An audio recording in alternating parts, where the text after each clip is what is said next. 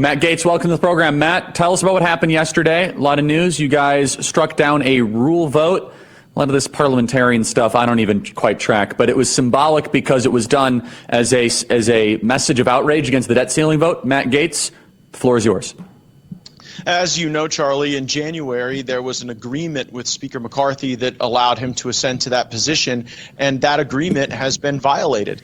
He had an obligation not to put any legislation on the floor that did not return our spending to 2022 levels in exchange for raising the debt limit. That did not happen. There were no commensurate fiscal reforms that otherwise would have ameliorated our concerns about accruing this $4 trillion in debt.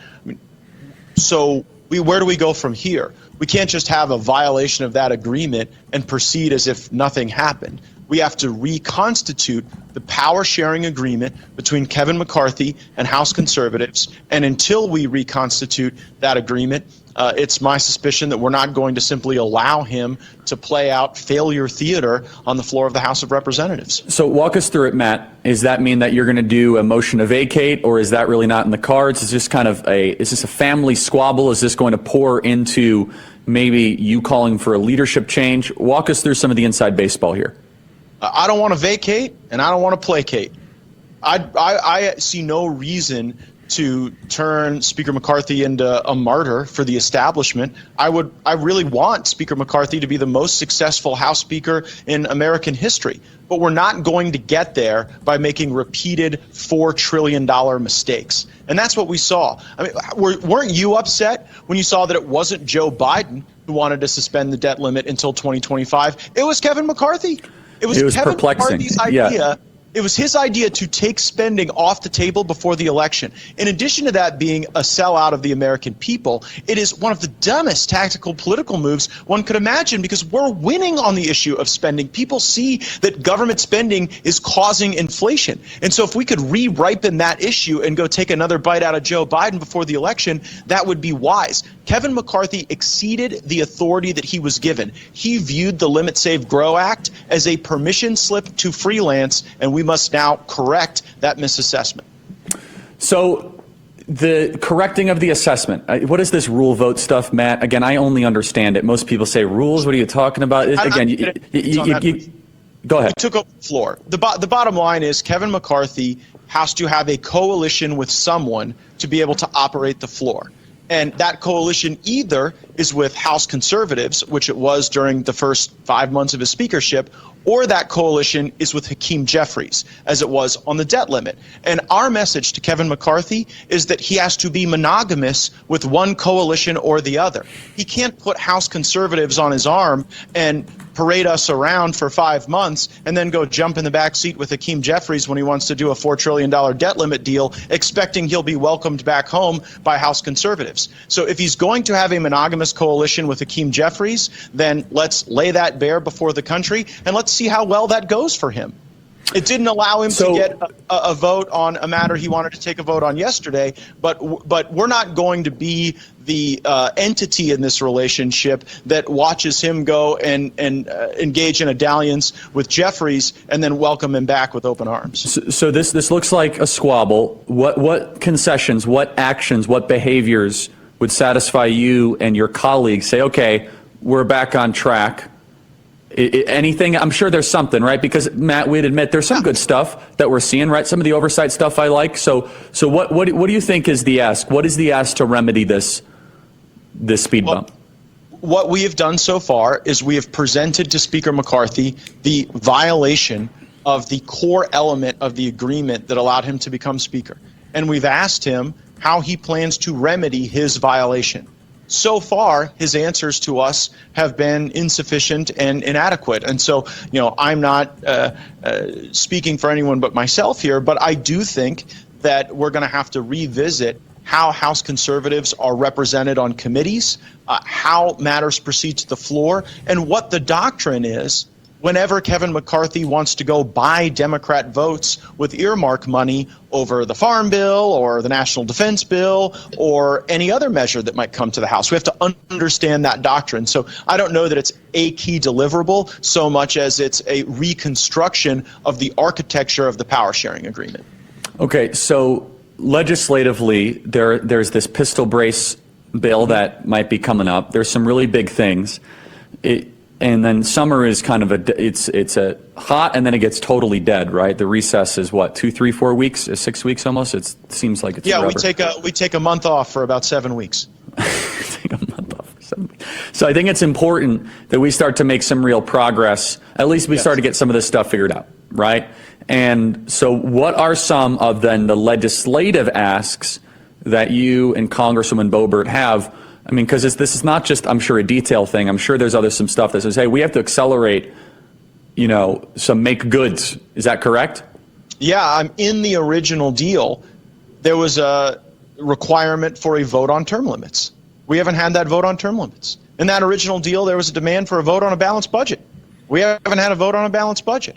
And so we have to have stronger enforcement to ensure that the things that are in writing that Kevin McCarthy agreed to actually come true, and they don't just exist on a paper in someone's drawer. Now, you mentioned the pistol brace bill.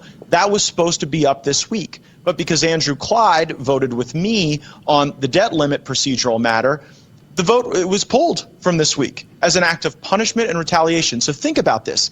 This leadership team is so small and so petty that they would punish tens of millions of gun owners, many of whom are disabled veterans who use shooting braces in order to make a political point and to keep power. I do not like bullies. I do not tolerate bullies. And so if anyone thinks that they're going to push around House conservatives by threatening our bills or hurting our constituents, they've got another thing coming. I am also concerned that as you and I are having this discussion right now, the leadership is deciding whether or not to punish House conservatives by canceling the upcoming oversight hearing to hold Christopher Wray in contempt. So if the way to punish us is to help the FBI, I think that is an escalation of conflict within the Republican caucus, not a move back toward the unity that you and I and Speaker McCarthy all celebrated for quite some time before it was violated. So let's get to some other news here, Matt. You're on House Judiciary Committee, and I'm sure you have some awareness. There's so many of these stories that are coming out. Bribery allegations, Hunter Biden this. It's all over the place. And the House is really on the case to try to get the goods so that we can actually start to get this crime syndicate that's running the White House right now to be held accountable. So Matt, where does this whistleblower stuff? We had Anna Paulina come on and said the FBI is worried about a hitman's going to come after One-Eyed. What are you hearing? What are you seeing, Matt? 1 minute remaining. I have met with the whistleblower who referenced the sourcing that was highly reliable regarding this corrupt act by the Bidens. So in pure terms, the labor to be performed first, did this $5 million bribe actually consummate? What we have is an allegation, but even against Joe Biden, there has to be rigorous evidence developed around that.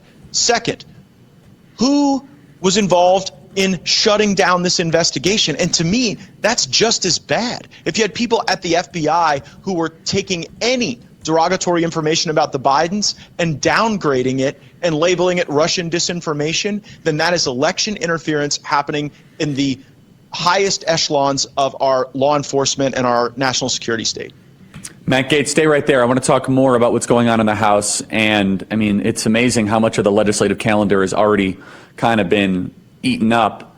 And our audience is fired up. They're really fired up, Matt, because they want subpoenas, they want perp walks, and they're feeling as if that there's not enough justice being administered. I'm going to talk to you about that, Matt, as well as some other stuff happening in D.C. There's a lot of news happening today. Matt, I want to get your reaction to some breaking news here. Mike Pence is running for the presidency. I want to, okay, yeah, there it is. Let's play cut 73, and then I want your reaction, Matt Gaetz. Our country's in a lot of trouble. President Joe Biden and the radical left have weakened America at home and abroad. The American dream is being crushed under runaway inflation. Wages are dropping. Recession is looming. Our southern border is under siege, and the enemies of freedom are on the march around the world. And worse still, timeless American values are under assault as never before. We're better than this. We can turn this country around, but different times call for different leadership. Today, our party and our country need a leader that'll appeal, as Lincoln said, to the better angels of our nature. I have long believed to whom much is given, much will be required. That's why today, before God and my family, I'm announcing I'm running for President of the United States. Matt Gaetz, Mike Pence is running for the presidency. Your reaction? I'm sure Mike Pence's voter is very excited about that announcement. Didn't see a big crowd there with him, and it bears some resemblance to the Chris Christie announcement we saw recently, which seemed to be attended about as thoroughly as a regularly sized homeowners association meeting. But in a way, Mike Pence and Chris Christie are victims in the political industrial complex because some consultant somewhere has convinced Mike Pence and Chris Christie that they might be president one day. I know it sounds crazy, but that consultant will get rich, win or lose, based on the existence of a campaign, but I don't see much of a lane for these folks. I mean, if Chris Christie had run in 2012, he might have won the presidency, but he missed his moment. Wait, it's odd. Like, running for president's like a wave. If you get out in front of it too early, like, you get just totally crashed. Ron DeSantis type scenario. And if you wait too long, as Chris Christie did, missing his chance in 2012, it can pass you by. So there's all these candidates, Matt. The governor of Florida is running from your home state. And now there's some whispers that the mayor of Miami might be running for the presidency. Matt Yes. Gaetz, your reaction?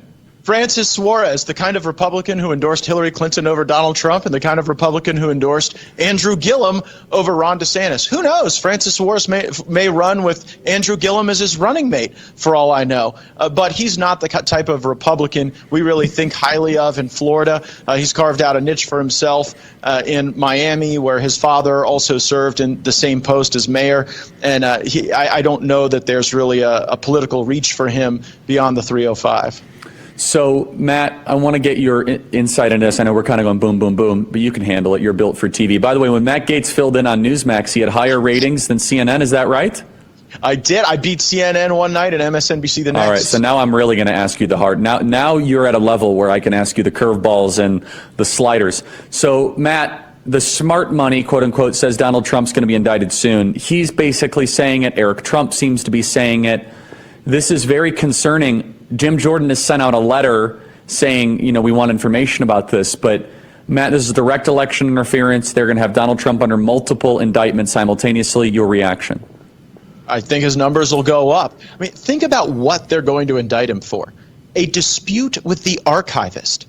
In the case of Barack Obama and Bill Clinton and the aforementioned Mike Pence and Joe Biden, you find documents that probably shouldn't be in the possession of these individuals. But only with Trump does this emerge in some sort of criminal prosecution. Only with Trump. And it's that type of double standard that fuels his political movement and his political prospects. So I think he's like the Incredible Hulk. The more you shoot at him, the tougher and stronger and more effective he gets. But it certainly says something far more dangerous about this justice system that in too many ways at the federal level has become the enforcement wing of the political left. And it's why I'm so mad we underwrote $4 trillion in debt to continue funding the whole thing. Like, if you're really mad about the FBI and the DOJ and the weaponized government, you should be voting with me in the United States Congress against the different things that gaslight their ability to continue to grow exponentially. So we used the power of the subpoena pretty effectively under Speaker McCarthy's leadership, and he is owed credit for that, but we don't use the power of the purse effectively, and that's where I'm trying to stiffen the spine of some of my Republican colleagues. Matt Gaetz, you might have a career in cable television if you ever want to get out of Congress. In the meantime, please keep fighting. Thanks so much, Matt. I like what I'm doing now, but I appreciate the endorsement. Very good. I wouldn't want to be a congressman, but glad you're there.